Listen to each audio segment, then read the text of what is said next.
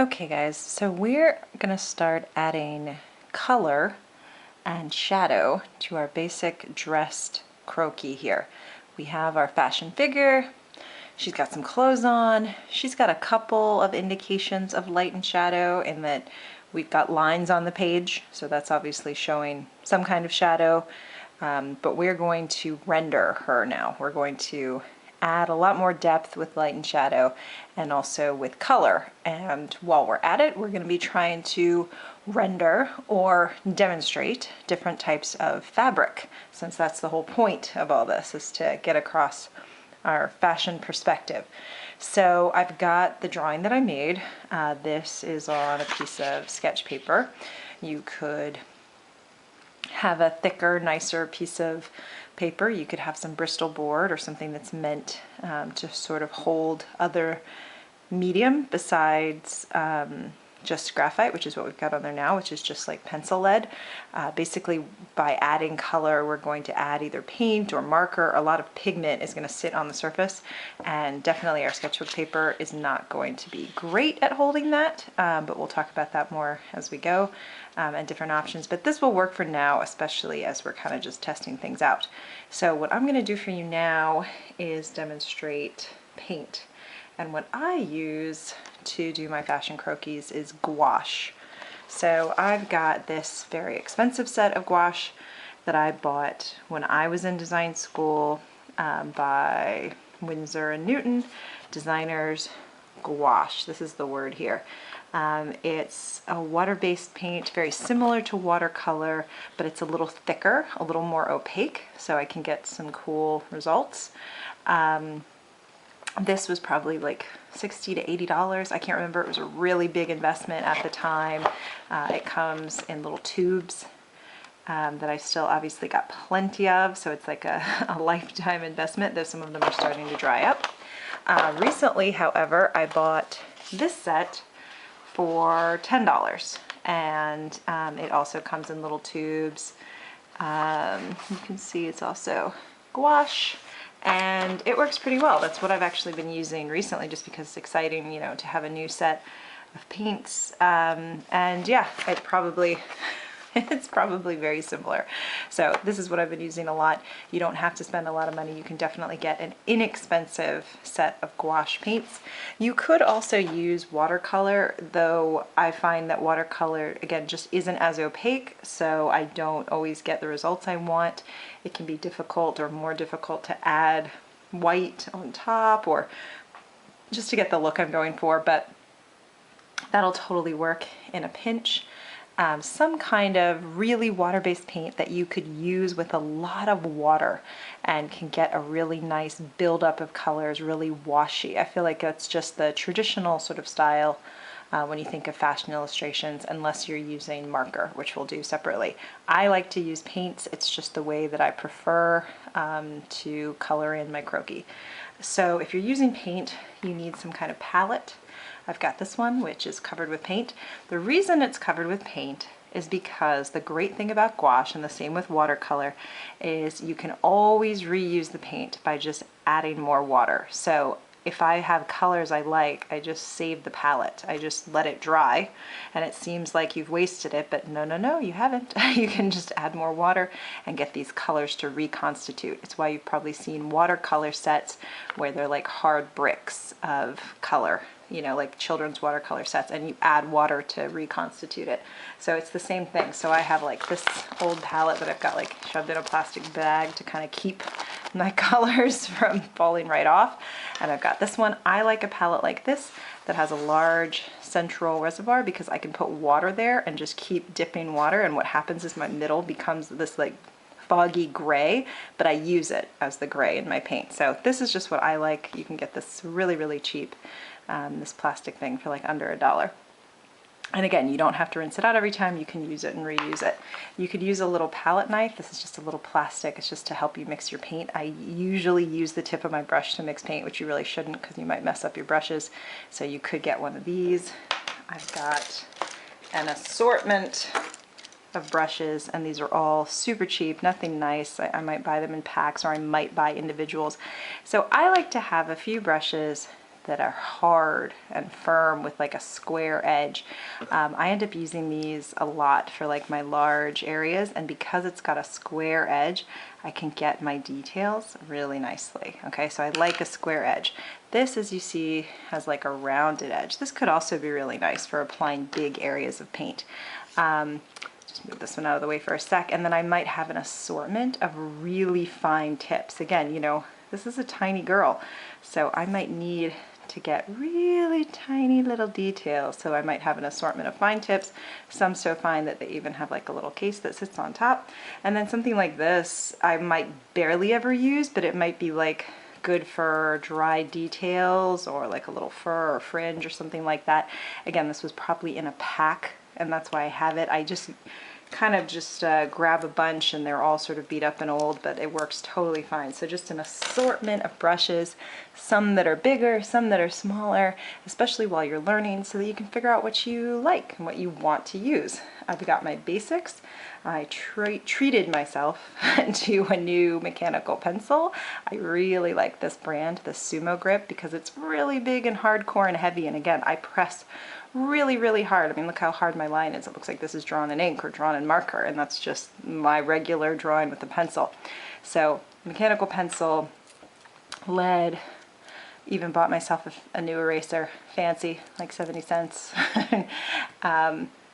That's definitely going to come back into play. What happens is when I paint on top of my croquis, a lot of my details that I drew in are going to go away, so I'm going to come back in with the pencil after the fact. Another thing that I always do, even when I'm painting after the fact, is use micron markers. I've got a big set here of lots of different fine tip markers. I don't know if you can see, but they've got numbers labeled on the top. I think I showed these in the materials video, but they've got really fine tips. Like this is a 05, and they, you know, go in all ranges. But this is also what I'm going to come back when my paint is dry and re-marker all my hard details or my hard lines, right? And it's going to really make it pop, because when I paint all over this, it's going to kind of, I'm going to lose a lot of my detail, but it's okay because I'll go back and put in the ones that I want. It's also why you have a lot of flexibility. You can still make changes. So I've got a giant set of micron markers. These are a few dollars each. You can definitely just buy a few, and that works. And then sometimes, again, I just use my pencil to come back in with my hard lines. Something that I always have, I have like just a pencil box that's like full of like, you know, extra markers and erasers and paintbrushes and things like that. I sometimes will save bits of paper so that I can test a color off on the side. I might actually keep this over here while I'm working so that I can test a color before I put it here. So a little bit of scrap paper, whatever, in my pencil box. And in my pencil box I've also got Q-tips. Sometimes it happens that I've got like too much liquid on the page, and I actually use this to kind of sop up some of my water if I've got too much, or I can sometimes kind of like fix mistakes, if that makes sense. If I've got color on there that I don't want, I could try to like soak it up with the Q-tip. Anyway, it's just something I kind of found that if I have on hand, it could sort of be helpful. And then I've got my special eraser on a stick that I really like. And I think that's all for my materials now. And I've also got some water that I'm going to pour into my palette.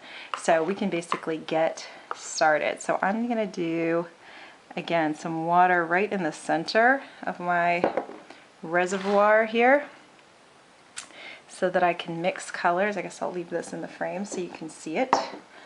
And we can go ahead and start figuring out, you know, what we're going to do.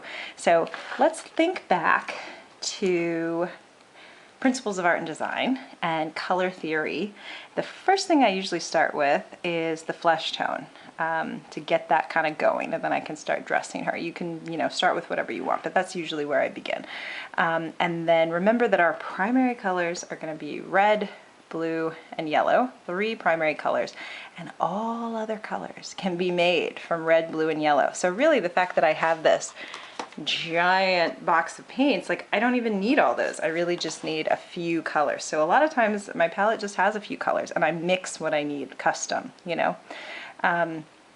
When you mix one of these primaries together with its secondary color. So it's opposite, like say you mix red with green or blue with orange or yellow with purple, you'll get a shade of brown. And usually my flesh tone starts with some sort of shade of brown. It could be a dark brown, it could be a light brown. If I'm going for a Caucasian look, it'll probably be a pinky brown, a really light pinky brown.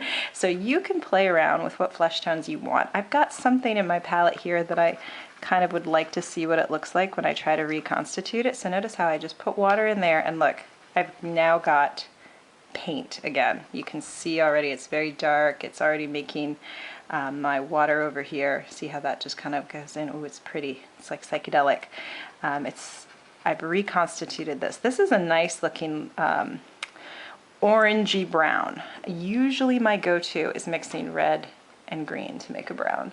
I feel like that gives me the most solid color that I like, and then you could go again a little more red, a little more green, whichever you like, and then again I might go a little pinker to get a sort of pale skinned look.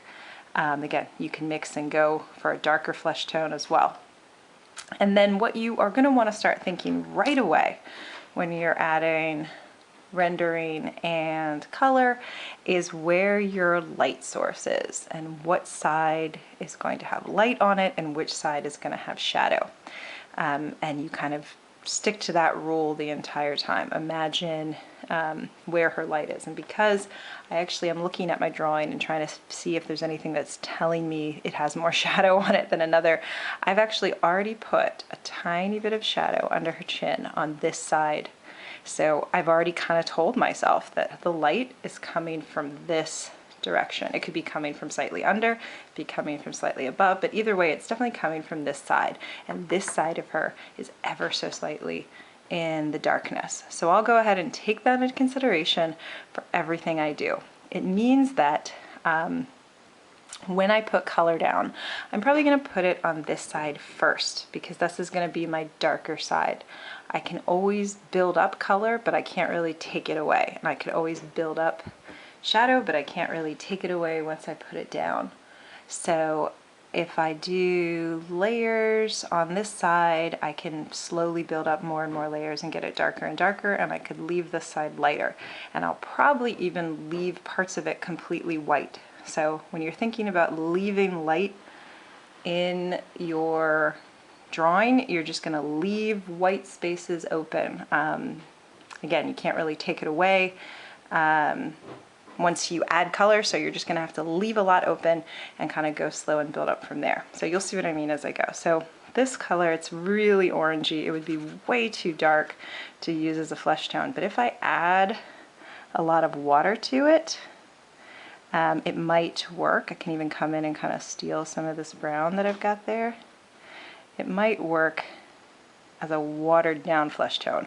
When I'm painting, it's mostly water and just a little bit of pigment. And like I said, I'll come up and build layers. So I'll put some down and I'll show you what I'm talking about. So I'm coming right up here to the top to this place that I know has a shadow because I drew it in with my pencil. So this is where I'm putting pigment first. And see how I've left half of her neck white. I'm imagining a harsh light is shining on her from this direction, and this part is in shadow. And what'll happen is as this dries, it's always going to look a lot darker when I first put it down, but as it dries, I'll see if I like it. If I need to, I'll come back and add more. And what I might do is add another layer on this side and one layer on that side, and then this will look darker, if that makes sense. I'll probably hit half of her face at this time too. Just go ahead and lightly do that. I could do maybe a little more forehead. Again, see how I'm kind of imagining the light's kind of coming maybe from this angle. Just have a plan in your head, you know. It's not going to be the end of the world if it goes too dark or you mess something up. But the big thing to take away from my style of painting is that I do not fill the entire plane. I leave a lot empty. I'm not doing a tight rendering. I'm doing a loose rendering. It's the style that I like. So same, I'll come into her hand, and keep in mind anything like folds or shadows that are naturally going to occur. But I might fill in like her whole hand. Maybe she would have had a little more light across the top there, but again, if I don't have enough light, I could always just like make the bottom a little more dark. And so same, let's see, give her a little here, maybe give a little bits of white, you know, not filling it entirely, and maybe I'll make it darker. And again, darker just by putting more down, putting more water, putting more pigment sort of towards the top of her fingers. So really she doesn't have very much skin exposed because I have her in this crazy layered outfit of pants and like a dress. But she's got a little foot for her flat, right? And notice I didn't fill in the whole thing. I left a little hair of white on the side, a little bit of shine, you know, coming across the skin. Again, like maybe too much up here, but I could always change that. Maybe I'll do a little shadow under the lip, you know, maybe a little under the eye. But notice I'm definitely not filling the whole thing in. And I could even water it down even more where it's practically just water. And come back and add a little more here. We'll see how that ends up looking as it dries. Again, sometimes you just roll with it. So I've got my flesh tone already, right? Now she's looking pretty cool, right? It's like she's wearing a white outfit. You can see it. So now I can start thinking about what I'm going to do for the rest of her look. Because she's got on kind of, remember we had drawn these as sort of like a jeans, a jegging. Let's go ahead and pull out the range of blues that I happen to have over here and see if I can reconstitute one of these back to like a cool denim look. And notice how too, like I've got spots of color everywhere. It's not because I'm messy, I mean I am, but it's just how you saw, like I was dabbing over here. I'm using these empty parts of the palette to test out colors, to dab and get rid of some of the excess paint. This darker blue, I definitely want to steal some of that if I'm going to go for like a dark, you know, indigo thing. Like she's got a jegging on underneath there. And again, remember, I've got my light coming from this side. So let's start on the other side when I'm adding color. And notice too, I'm using my big fat square brush. I love that guy. And I can go ahead and put my color all the way to the edge here. And because I've got fabric on top here, I know my shadow is going to be right there. Underneath that fabric, there's going to be a little shadow. So that's where I'll focus. I know there'll be some shadow kind of under the knee. So I'll go there. And again, I'm leaving some white because I'm still not sure. I might, you know, come in and add a really watered down wash of that. But I'm going to hit my dark spots first. And same on this side. If you've got what ends up being, you know, a lot of the same color in one look, try to definitely do it all at the same time while you have it mixed. You know, if you've got a little bit of color on your brush, try to spread it around. Oh, and notice, look, I was just going to say, if you go out on the lines, here's where I could try to suck it up with my cotton ball. It looks like it's not really working. Don't stress it. That's kind of why I love painting, because I'm messy and crazy.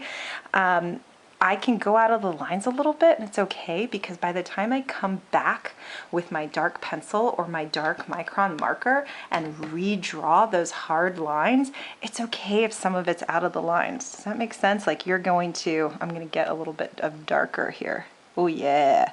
And I'm just putting it right back in with the water that's already on there. And I'm doing that in my fold, see, around her ankle where the jean material or denim was kind of folded up there, and I could hit my other dark spots while I've got that darkness on my brush. And it's wet enough, you know, I've got wetness on the paper. I don't always need to add more water.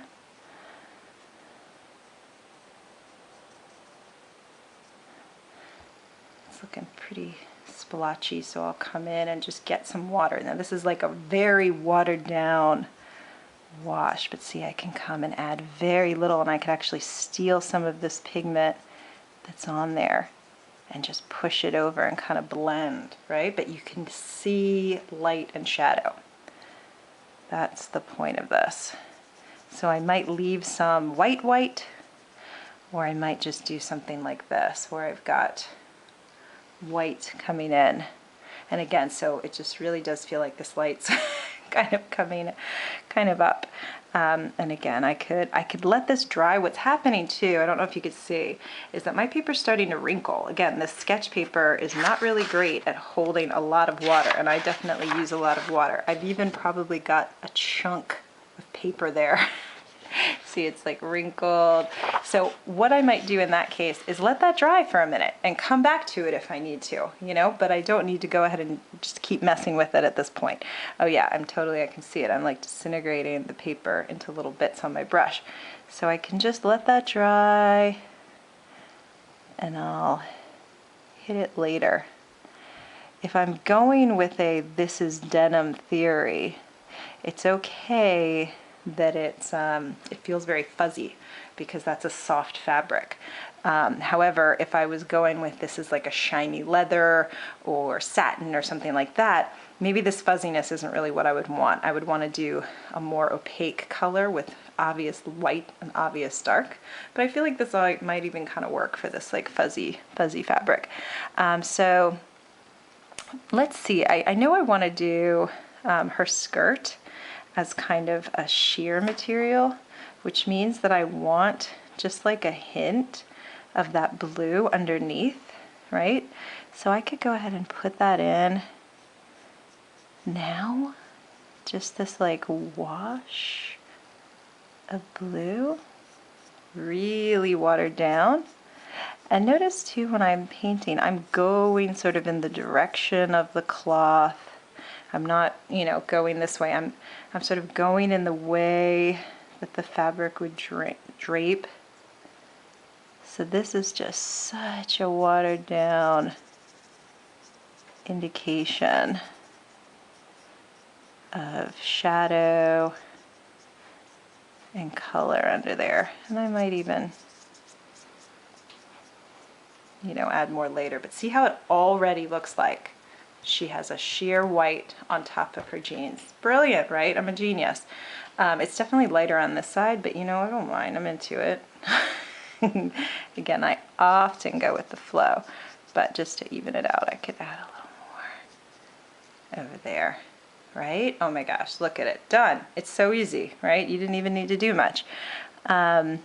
We could think about, I might now let that dry and then come back if I want to not make this white and kind of make it another color. I can come back. But let me think about now her top. We'll do like a totally radically different color. I'm going to be lazy, and just because I've got it on here, I've got this like mustard. I was going to do like a bright yellow, but mustard it is because I've got it on here. So let's use it. I'm constituting it back up. There we go. Now I have all this browny mustard. And then so we need to think too about what fabric this is. I think I'd said before this was kind of a t-shirt material, so a lightweight knit. And I might want to pretend that that her sleeves are sheer too. I don't know. Maybe it's knit with like sheer sleeves. I don't know. Let's just do it. So let's see. I'm going to put my darkest parts down first. So I'm starting on this side. And I might go underneath the bust first, or kind of imagining light kind of shining across that bust line. And here now I'm just adding a little more color. I am definitely tearing this paper to shreds, meaning I can just feel that I'm disintegrating it with all of my paint. Add a little more water, and what I'll do is just wash that through. Okay, so I've got this kind of light area across here. Again, if I wanted to sop up some of this, I could here. and I'll end up seeing how that dries. But it's sort of a mustardy color. So maybe her sleeves are the same color. Again, they're just maybe like a sheer fabric. So I might start with this guy. I'm going to be really light on these edges, and in this case I'm going to do same color on color. So I'm going to make it darker where this sleeve is coming out from under that little cap to show that we've doubled that layer of fabric. Really subtle.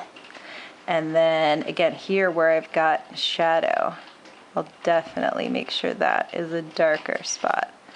And then same here where I've got wrinkles of fabric, that's going to be a darker spot. Okay, so just like kind of when I was drawing, you know, imagine the more lines I put down, that's going to be the more areas of shadow. And now I'm just again filling in kind of with water so that I've got some darker areas and some lighter areas. And again, once this dries, since it's so heavy with water, I could add a little more pigment here. I can try to do it now without adding any more water. I'm just kind of, see now, plopping it, like dry brushing kind of pigment on there. Very mustard. Okay, and then I'm going to try to do this side lighter if I can.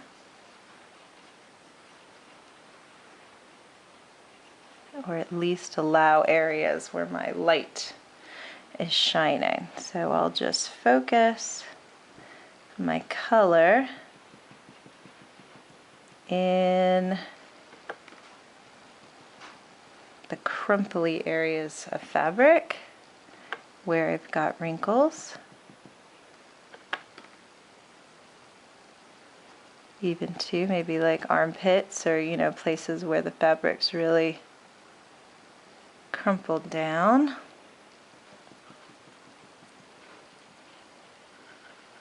And then I could take just water and sort of get the pigment for the rest.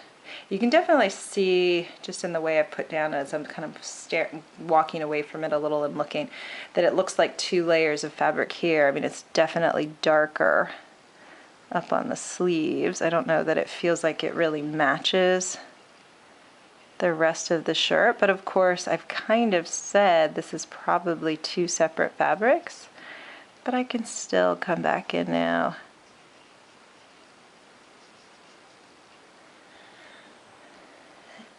and give more color so that I'm getting a little more even match.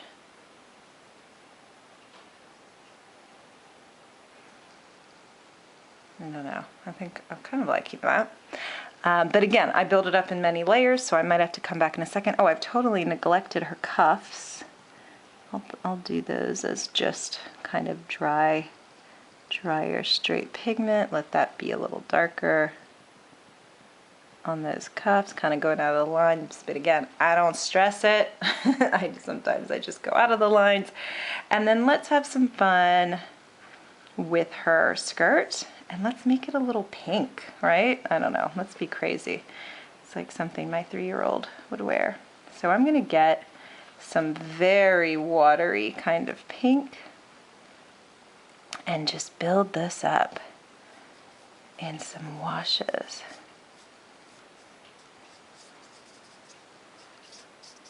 And I'm not filling it in all the way.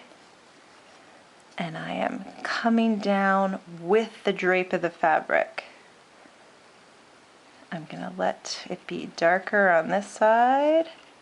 Ooh, very dark over there. So quickly before that sort of becomes a thing, I wanna add some more water.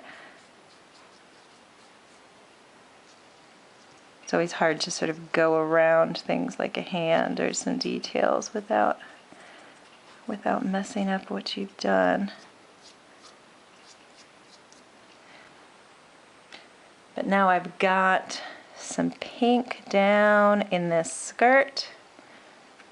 I could just come in with some of my wrinkles, some of my gathered areas, I should say, and add more of the pigment.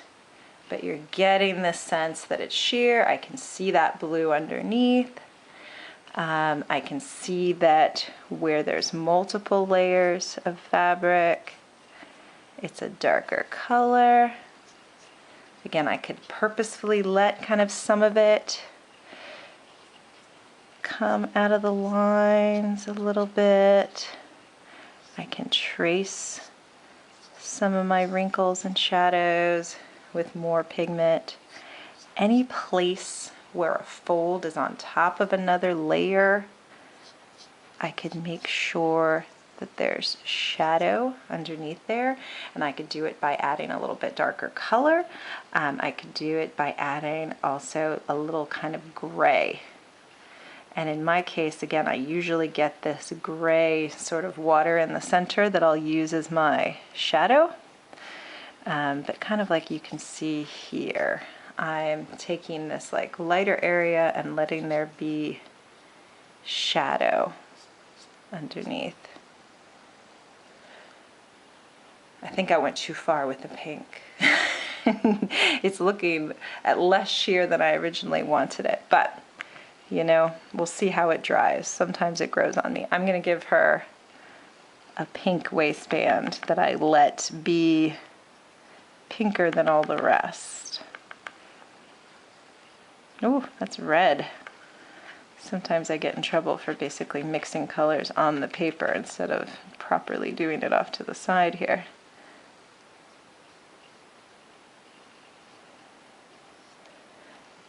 There we go, her little flash of pink. And again, since this is my darker side, I'll add some more color here.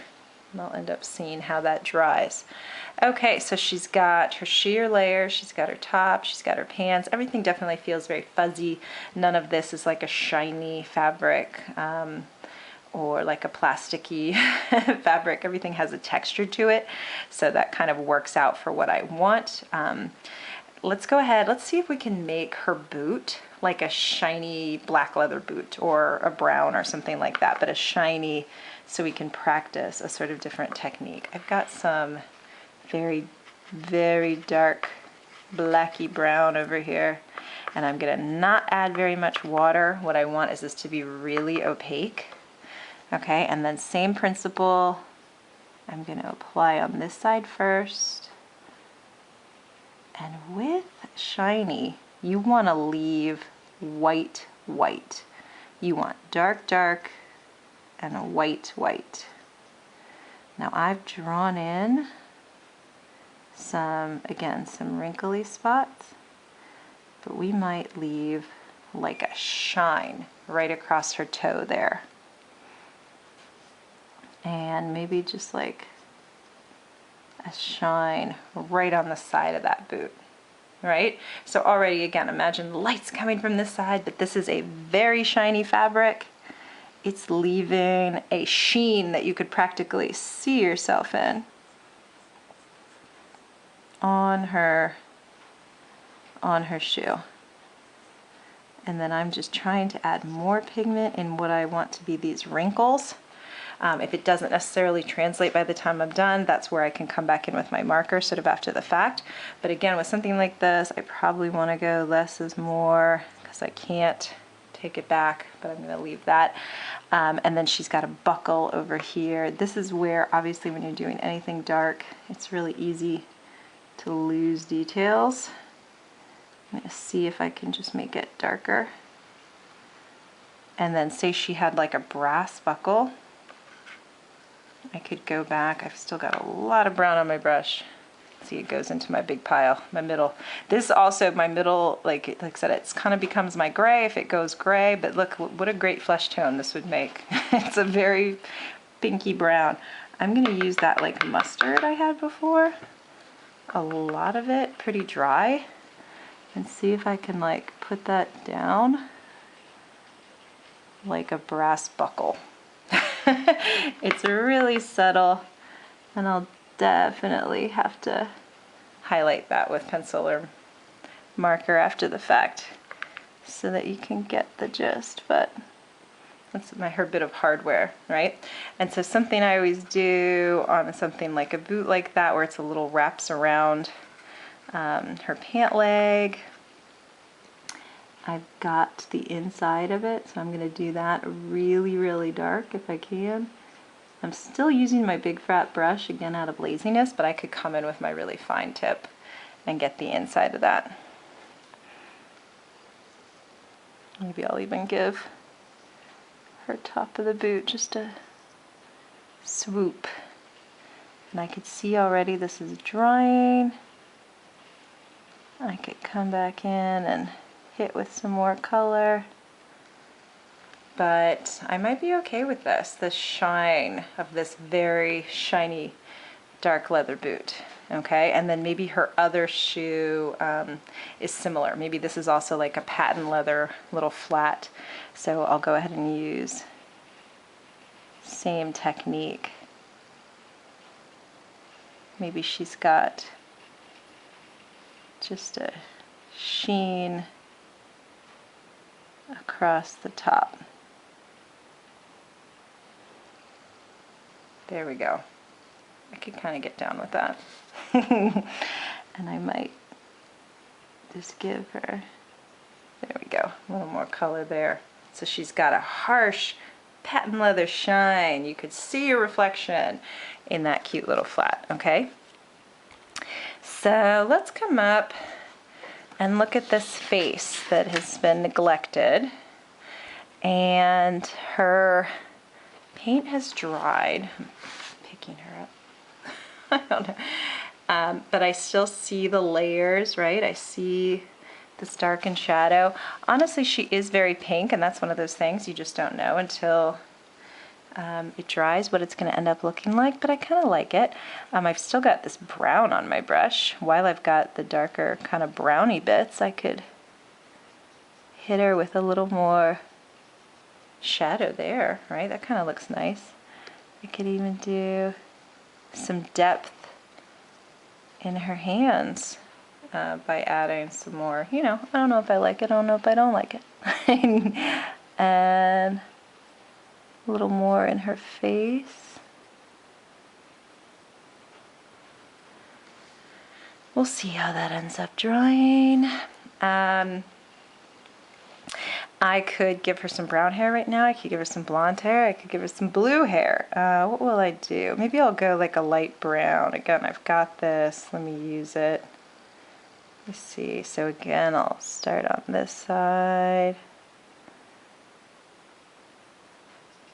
She's got this little like ponytail action here.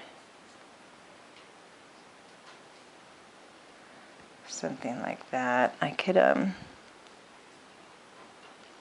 come back in, maybe let that dry a bit. Try to kind of wipe some of the excess water off my brush. Something that I don't have on hand, which could be a good idea though, is to have a little paper towel or something to sop up some of your water if you've got too much at any given time. Or again, I could just get some of my dry pigment to come back in. And I'm just gonna darken, you know, hair here that's sort of tucked behind the ear, and give some dark bits that are coming off of the sort of part there. I usually don't do a lot on the face, and if I did, I definitely, now it's a time to, you know, get rid of this brush. Let's use my super fine tip brush. So I might just get that wet. I've got my tiny, tiny little tip. I could give her a little lip. I'll go back to some of my flesh tone orangey, but maybe add in a little more red. And something I haven't done this whole time because I've been just winging it and being lazy is tested a color. So here I could use my scrap and test my color. That's a pretty pink, right? That could be a pretty lip. I went a little dark. Okay, so I could give her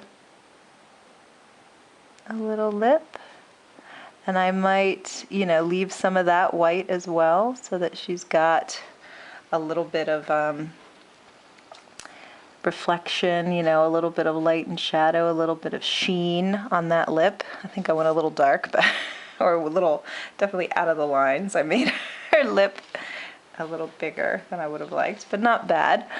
Maybe pick one to focus on, you know, either do the top lip or the bottom lip and kind of go a little less on the other. I could give her, I mean, we're talking hyper details at this point. I could give her a little blue in her eye. I'm picking up some blue from over here. I mean, we're talking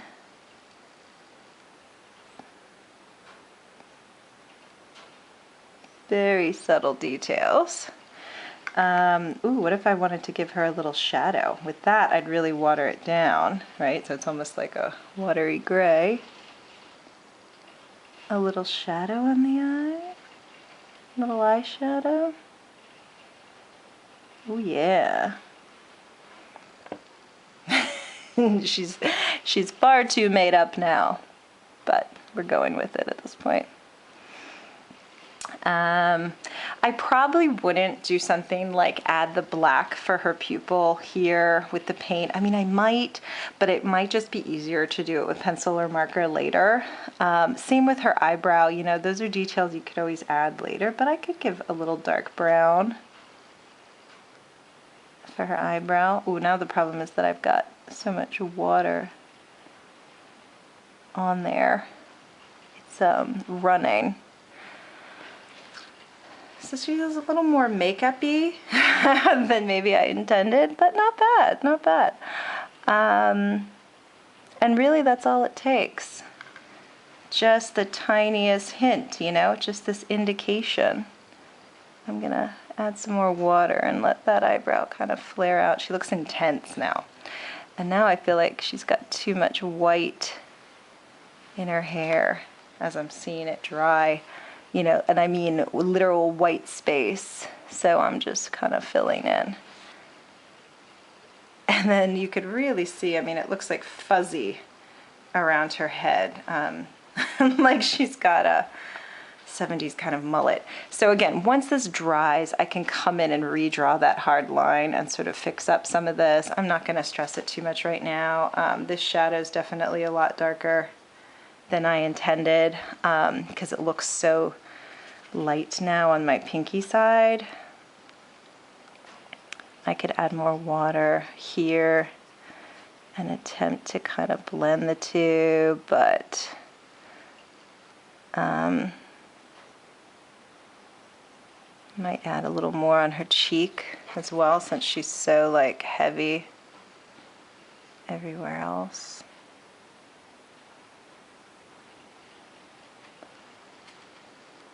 But it's one of those times when like I would have walked away a long time ago. Probably just walk away. You can go through now and make sure your fabric's looking the way that you want it to.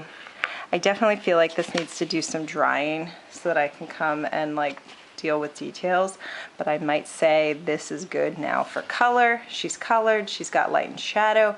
There's indication of fabric choice. You know, I can see that these pants look soft and fuzzy and fluffy. There's something about the quality of the paint on the surface that it looks like that. The paint here is looking a little more shiny and flat.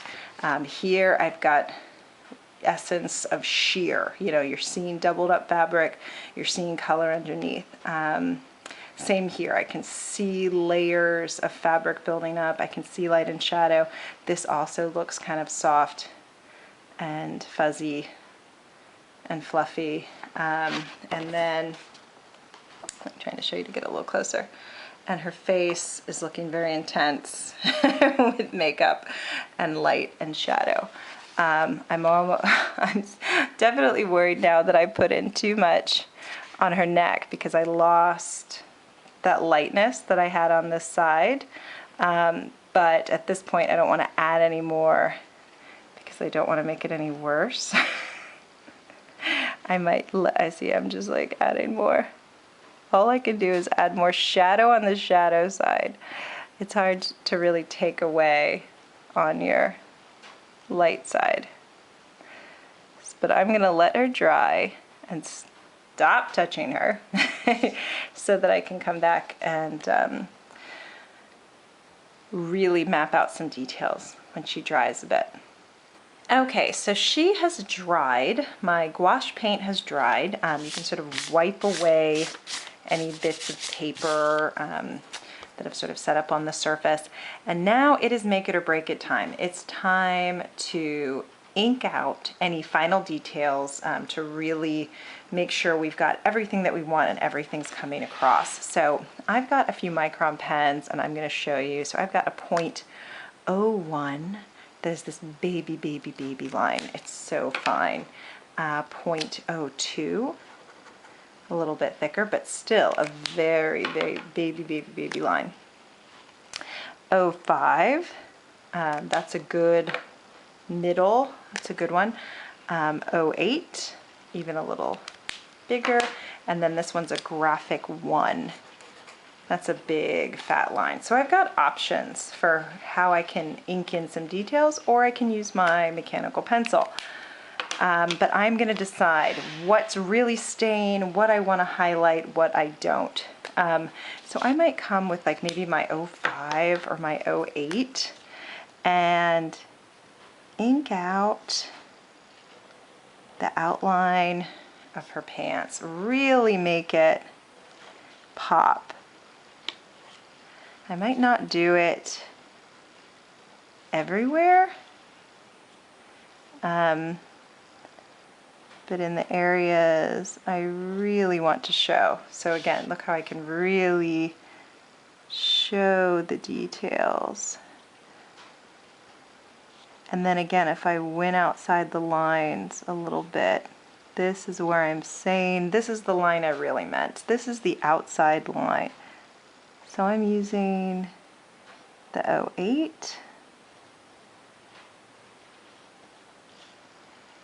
And I'm just kind of highlighting what I want.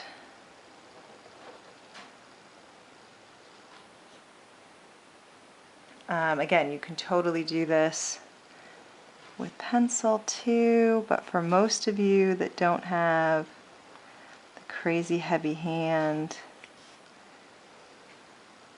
this might be the best bet. And some of those like folds and creases and details got lost. This is going to be a way to do it. So I could also use, that was for my shoe and my heavy denim. Maybe for my skirt I want to use the .05, and I'll just redraw the lines that I really want to be taken seriously. And sometimes I even draw them in a slightly different place. I let the paint tell me where to draw the line now.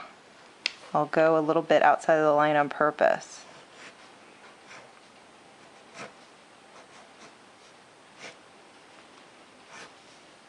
Or I'll add some more in this case, but you can see how it's darkened it up. I'm really focusing on a few things. So now you could even come in with a heavier, like the graphic 1 or a heavier line, and go and give some shadow underneath your folds of fabric, like right under here, darker lines under the skirt onto the pant, or a darker line under the knee, something like that, in some really obvious places. I could also come up, let's see, to her shirt, and maybe I'll use a 5, which is dark, but still delicate. And I'll go ahead and outline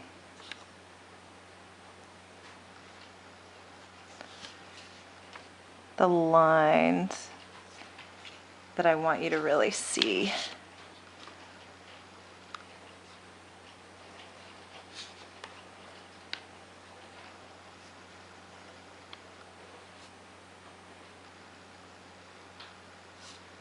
And I'll do my ribbing details and put back in the folds, and it really makes it pop.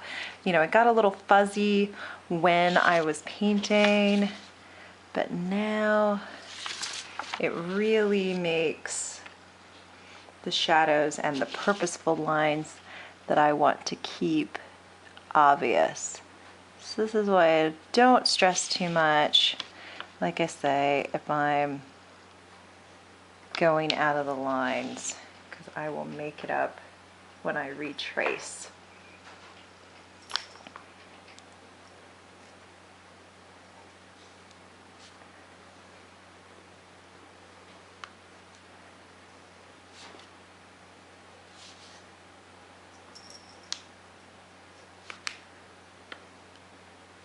Like I say, sometimes when I retrace I don't hit my lines exactly, but that's okay. I act like I meant it. And again, I might just especially get the clothes. Oh, this is a great example that if you're putting in details, like the tiny ribbing of this t-shirt, and I'm going to go with even a smaller, like the 0.2, and I'm going to do the tiny top stitches. Now I could just leave the pencil line tiny stitches there because you can see that vaguely, but this just makes it a little more pronounced, you know, that you can see that detail. Oh, and I forgot her little folds of the fabric there. And then same, you could take this slightly heavier marker and any place that's like a deeper shadow. You could give us this darker line, like say maybe under the armpits there. Maybe just a darker line where that fabric is kind of coming over top. And notice I'm kind of blending in. You know, I might not continue it, but I focus on the areas where I need it to get darker. And then I'd say using a fine line, like a 0.2, to go ahead and redraw her skin. What if I even used a really baby 01 to kind of do the details, a couple little details of her fingers, you know, so I'm just using a really subtle line, but I'll do the 02 for the outside. So it's nice to have a variety so that you have choices. And then when I'm doing her face, I'm going to want to be really subtle. So right now, I'm using the 05. Let me go to the 02, so I just don't get too dark. And I'm definitely going to be careful when I'm doing the face. I don't want to add too dark of a line that I don't need. A lot of times I'm going to just leave my pencil line. If you can see here, I've given her a little bit of darkness on the lip, but for her nose, I'm going to leave the pencil line. I don't want that any darker than it needs to be. I could darken her eyes, just that upper lid, almost like I'm giving her mascara, you know, so I don't mind if that's a little darker, but maybe the rest I just leave it as is. I could also come in and maybe her hair, and again I kind of went, you know, out of the lines with my paint here, but that's okay. I'm just kind of going a little beyond my original lines with my marker and enclosing it. And now maybe her hair seems fuzzy and a little unkempt, but maybe that, you know, is the look I'm going for. And I'm just pulling it all in with my marker. And I feel pretty good about her. I could do that same thing where I use a slightly darker, and maybe I'll use the 08 for her bottom chin, just to give her that shadow right there. But I think, I'm just looking and double checking, she's seeming pretty done. If there's an area that I don't want to use a marker, again, I can use just my pencil. But it's just about creating a little bit of shadow and really finalizing the lines that I want. So I'm feeling pretty good about it. Oh, here, let's do, there we go. Let's give a darker shadow there. Notice that I darkened all my other lines. It's kind of just double checking and seeing that she looks like we wanted her to look. And I'm feeling like she's pretty complete at this point.